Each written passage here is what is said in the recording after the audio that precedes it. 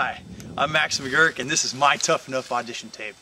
I thought I'd bring you all out here to Wagner, Oklahoma, to the McGuirk family ranch, where everything all started. This is Wagner, Oklahoma.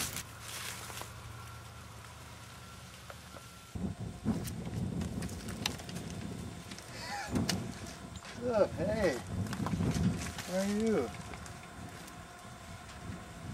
Yeah, huh? My grandfather, Leroy McGuirk, started this ranch.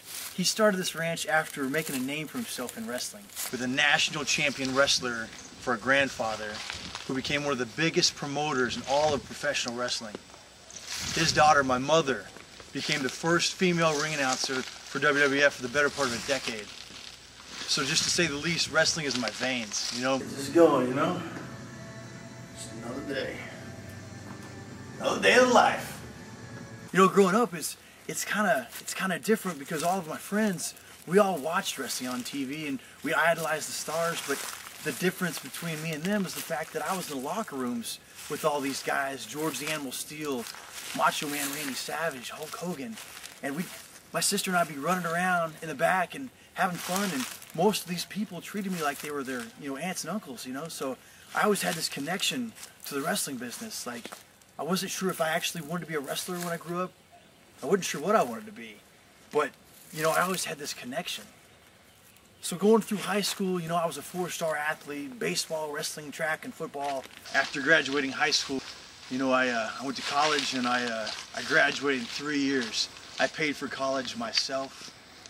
At 21 years old, I bought my first house in cash. The past 4 or 5 years, I've been a pretty successful corporate accountant, but there's one thing missing in my opinion. That one thing is I'm not just that boring person that sits in an office. I like being the life of the party with all my friends. Get away! Didn't even touch the bottom. I even picked up a DJ job. Not for the money, because I make plenty of money, but I picked it up just to entertain crowds and to get on the mic and just see the reaction of people. I sit there and I think about this. I'm like, there's something missing in my life. I think I could entertain people on a much larger scale.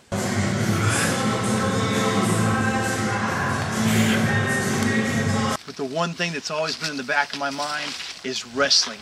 That's why I think the WWE is right for me.